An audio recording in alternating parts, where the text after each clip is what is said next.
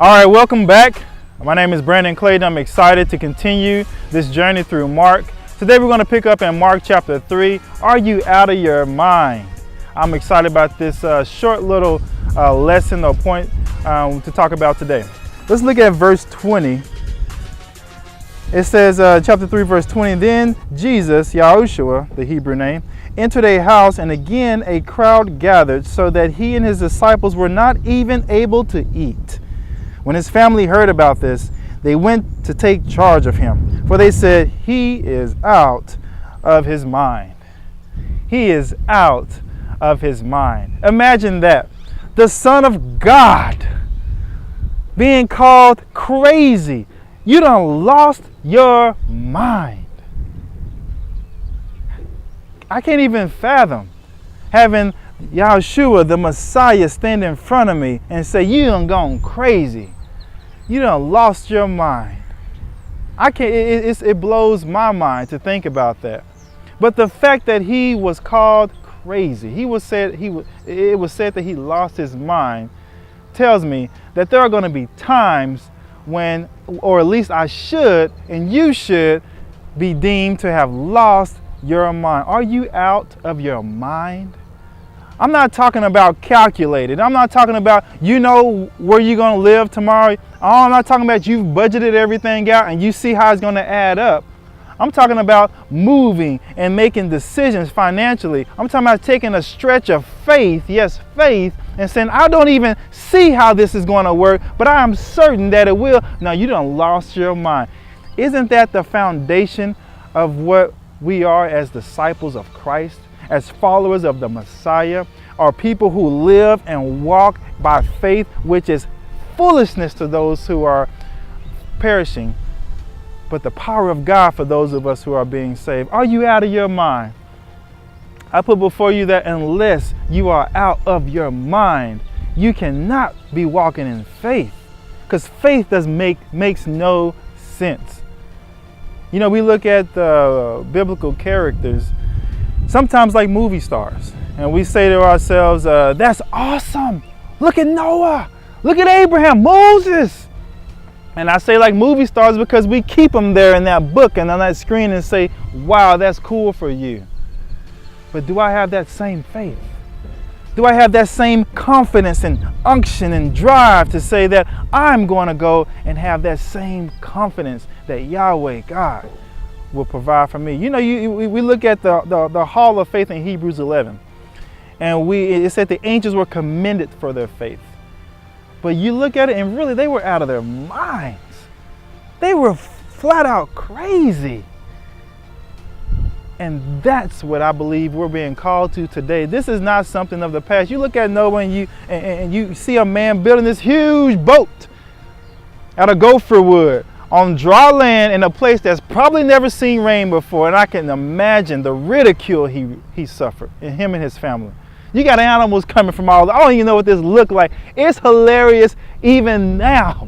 Many years later, when we see how it worked out, it still just baffles my mind. I can imagine what it looked like. Look, he a plumb fool. That's what I would have said. Or I hope I wouldn't have said. But that's what I would have thought as I looked at this guy. But I tell you, it don't look foolish anymore when we see the destruction that came and the salvation that his faith brought him through. We look at Moses and how he left the great place of Egypt and all his comfort to go into a desert leading sheep. What? Who would do that? It says by faith he left that stuff behind. Abraham, God promised him that I'm going to give you an inheritance through this boy, and then told him to kill him.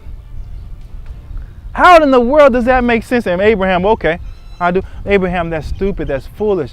I can't imagine what that conversation would have been like with Sarah. Sarah, you know what? We finally got a boy. We got to kill him now. I'm sorry, that's not adding up. We're supposed to have numerous children through him, and yeah, we got to kill him now. And Abraham's faith was so strong that he reasoned that, I guess he's just going to raise him from the dead. I love it. That's the same faith we're being called to, but that faith looks flat out foolish and stupid. I mean, you got people in the book of Hebrews chapter 11 again who are pleading to stay in prison. They're being sawed into two. They're like, dude, be wise. Go home to your family. Take care of them. Live, for crying out loud. Don't die. Don't suffer. One of the things that I've learned as I've studied out Christian history is that they couldn't deal with these Christians because they took everything, all the suffering.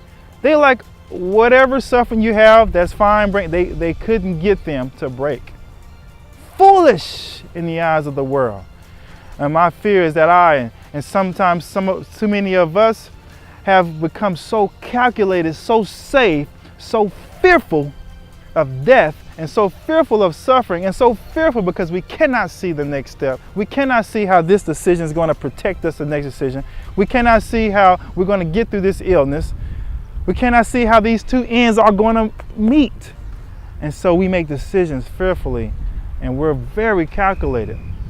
I've come to the strong conviction that a man or woman of faith should have a life that flat out doesn't make sense, and they be out of their mind.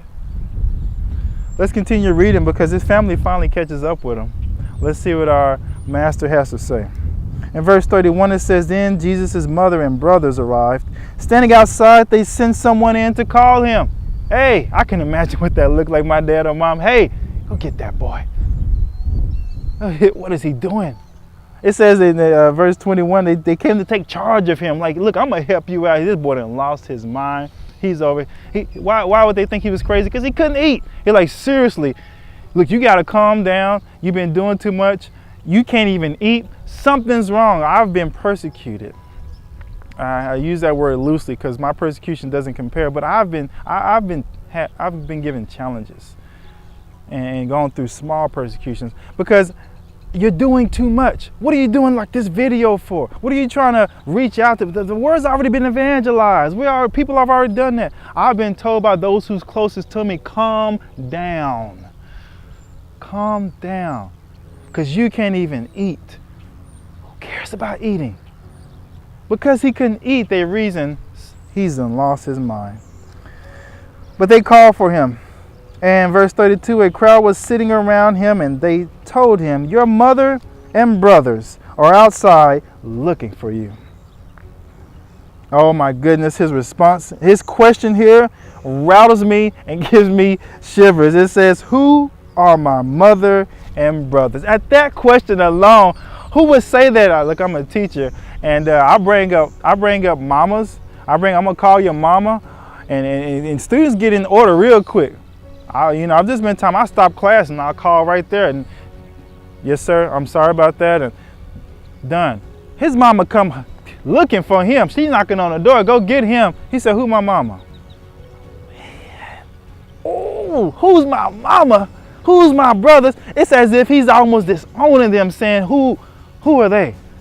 Let me tell you who my mother and brothers are. This is phenomenal and profound, and this is the heart of God and our Master Jesus Christ himself, Yahshua. Listen, he says, then he looked at those seated in a circle around him and said, here are my mother and my brothers, exclamation mark in my Bible. Whoever does God's will is my brother and sisters and mothers. Look, I got 2 points. First point is, are you out of your mind? If you're not out of your mind, you need to get out of your mind for God.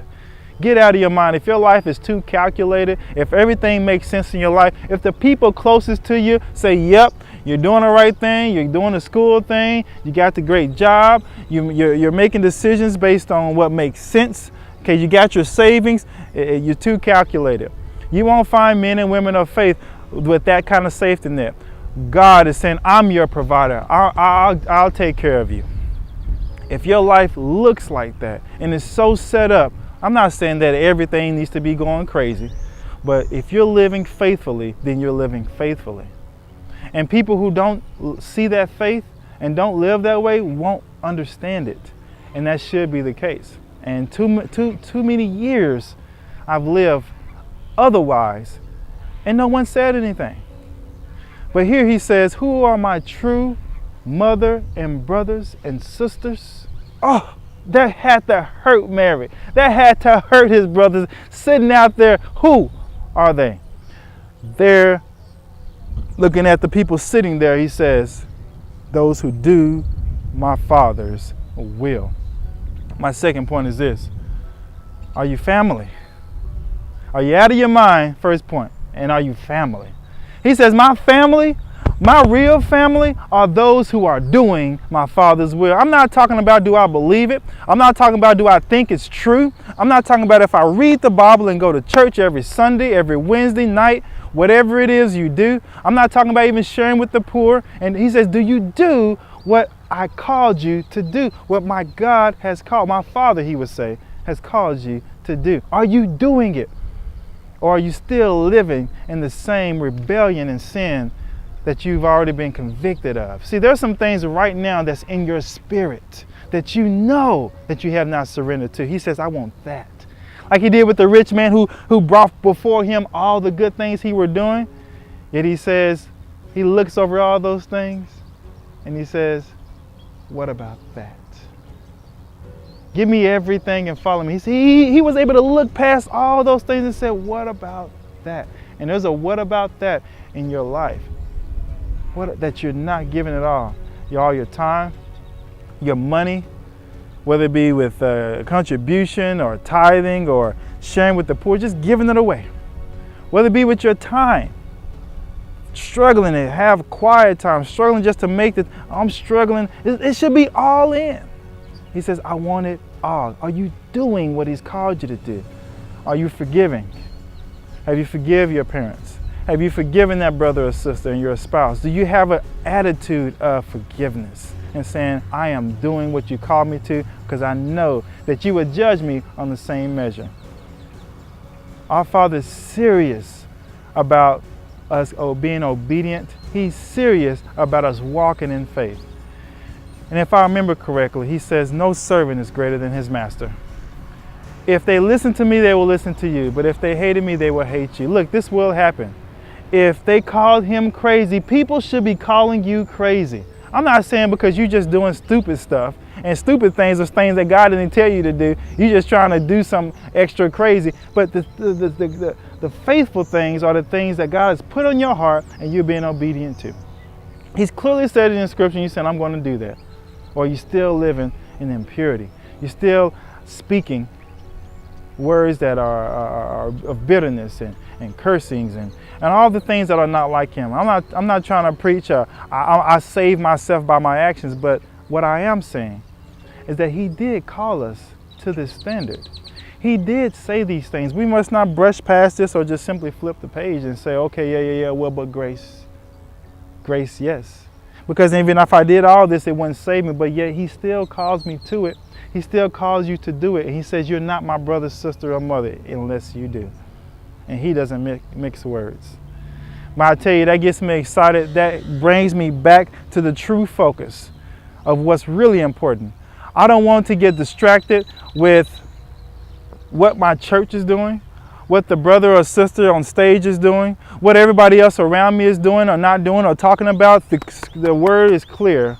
He expects me to be obedient in faith and in my actions.